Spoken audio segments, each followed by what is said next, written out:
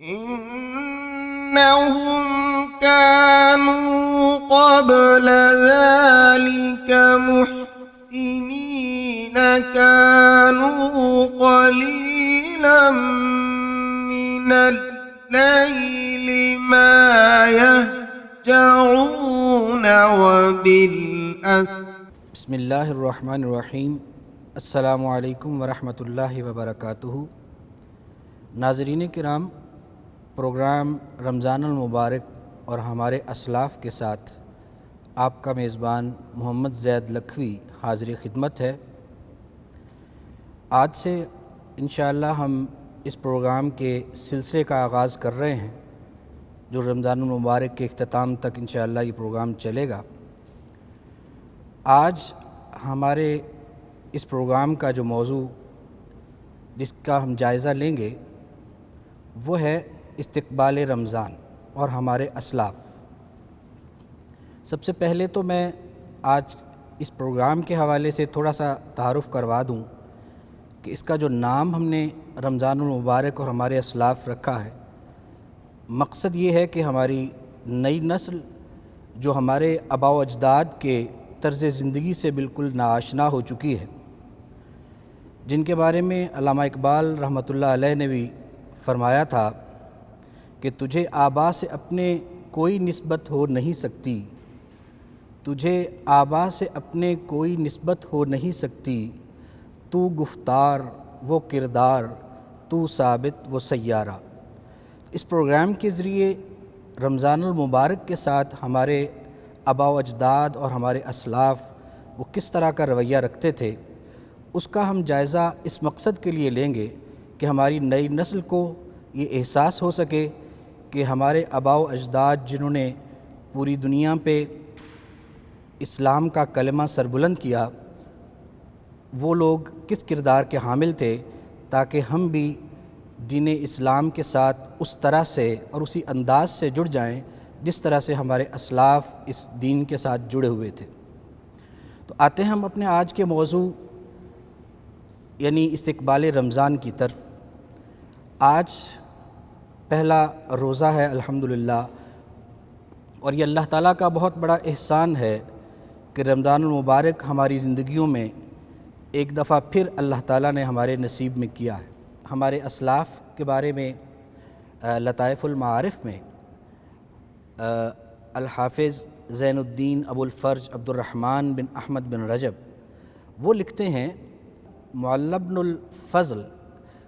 وہ کانوا یدعون اللہ تعالی، یعنی معلی بن فضل اس کتاب میں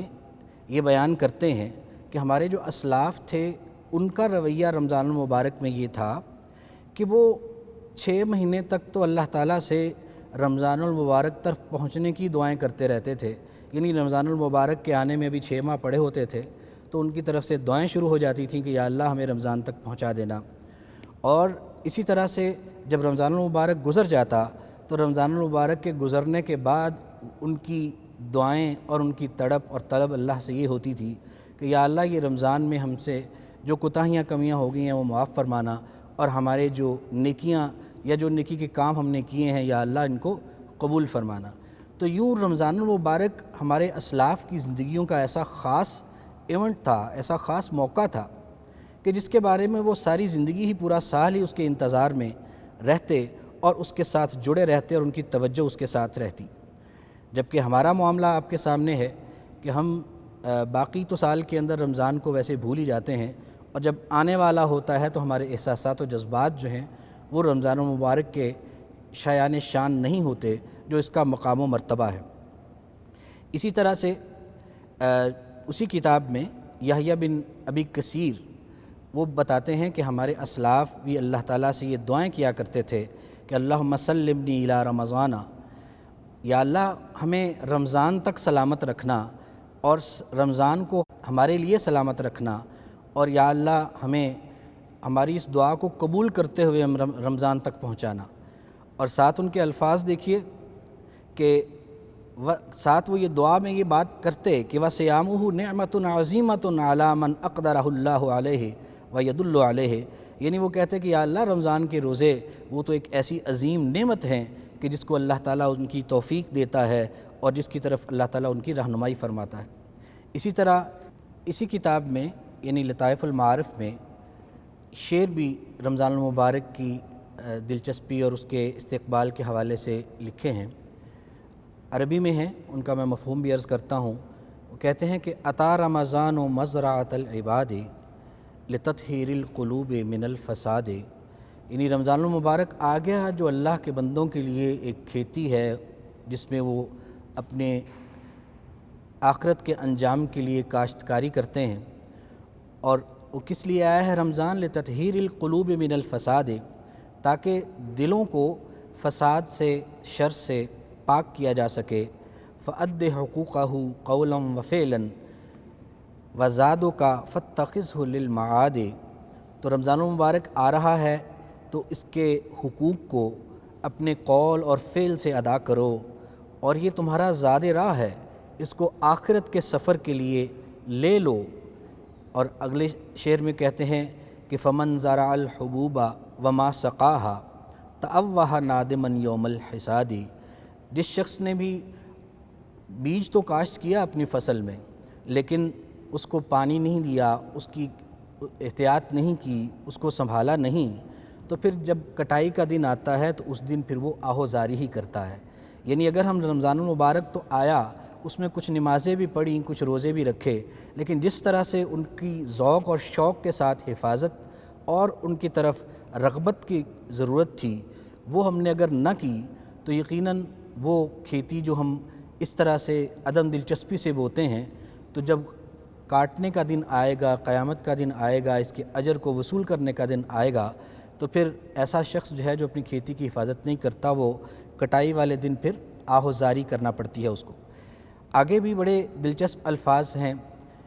کہتے ہیں کہ یا من طالت غیبتہ عنا قد قربت ایام المصالحۃ، یعنی اے وہ شخص کہ جس کی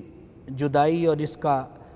ہم سے دور ہونا بہت لمبا ہو چکا ہے، اسے چاہیے کہ اب یہ مصالحت کے ایام آ گئے ہیں، معاملات کی درستی کے ایام آ گئے ہیں۔ اور ساتھ کہتے ہیں کہ یا من دامت خسارتہ،